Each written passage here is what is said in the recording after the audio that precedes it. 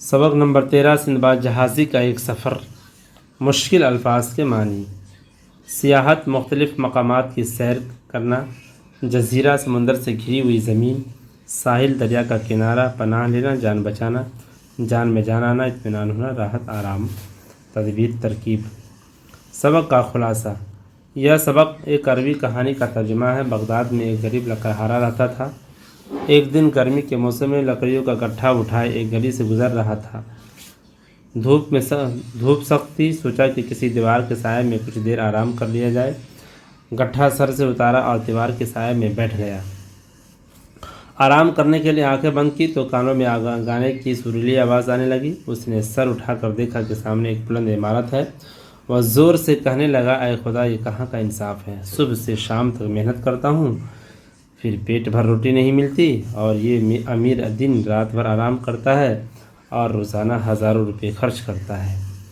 ابھی وہ کہہ ہی رہا تھا کہ عمارت کے پھاٹک سے ایک نوکر باہر نکلا اور لکڑہارے سے کہنے لگا، چلو، تمہیں ہمارے سردار سندباد بلا رہے ہیں۔ لکڑہارا اندر داخل ہوا تو دیکھا کہ دسترخوان بچھا ہوا ہے، بہت سے لوگ بیٹھے ہیں۔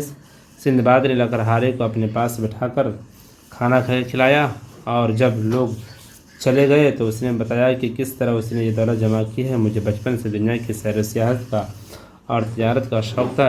جب میں بڑا ہوا تو مال جمع کر کے سوداگروں کے ایک جہاز پر سوار ہو گیا اور جزیرہ جزیرہ جا کر مال بیچنے لگا۔ ایک دن ایسے جزیرے میں پہنچے جہاں سبزہ ہی سبزہ تھا۔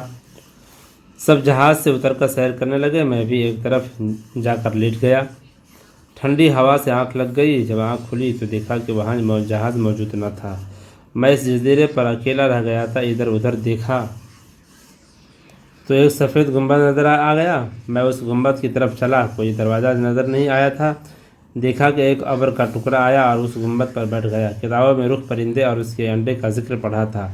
سمجھ گیا کہ ابر کا ٹکڑا رخ ہے اور گنبد اس کا انڈا ہے۔ میں نے اپنی پگڑی کھول کر خود کو رخ کی ٹانگوں سے باندھ لیا۔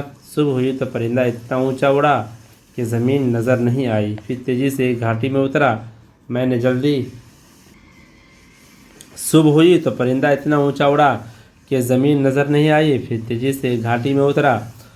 نے جلدی سے خود کو کھول لیا۔ کھائی اس قدر گہری تھی کہ اوپر چڑھنا دشوار تھا۔ چاروں طرف پہاڑ تھے۔ میں نے چلنا شروع کیا تو دیکھا اس راستے میں جواہرات پڑے ہیں۔ میں نے بہت سے جواہرات اکٹھے کیے اور ایک غار میں جمع کر کے رات اسی غار میں گزاری۔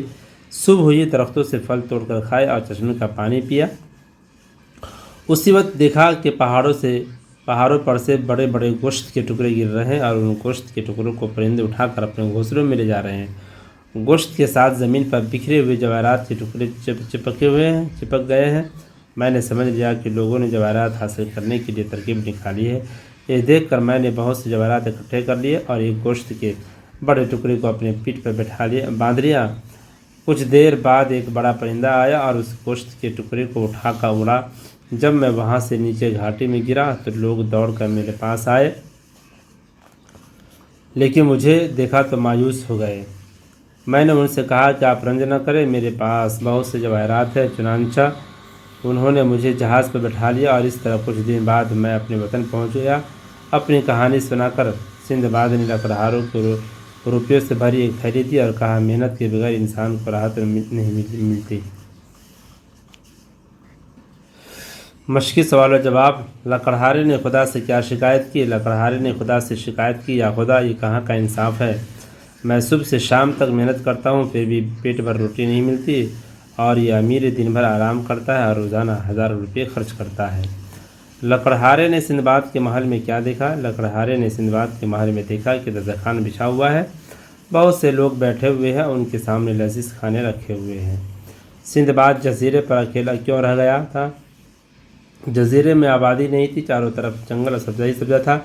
سب سوداگر جہاز سے اتر کر سیر کرنے لگے۔ سندباد بھی ایک طرف چل پڑا اور سبزے پر لیٹ گیا۔ ٹھنڈی ٹھنڈی ہوا کے جھونکوں سے اسے نیند آ گئی اور بہت دیر تک سوتا رہا۔ جب آنکھ کھلی تو گھبرا کر ساحل کی طرف دوڑا، لیکن وہاں جہاز نہیں تھا۔ جہاز اسے جزیرے میں چھوڑ کر جا چکا تھا۔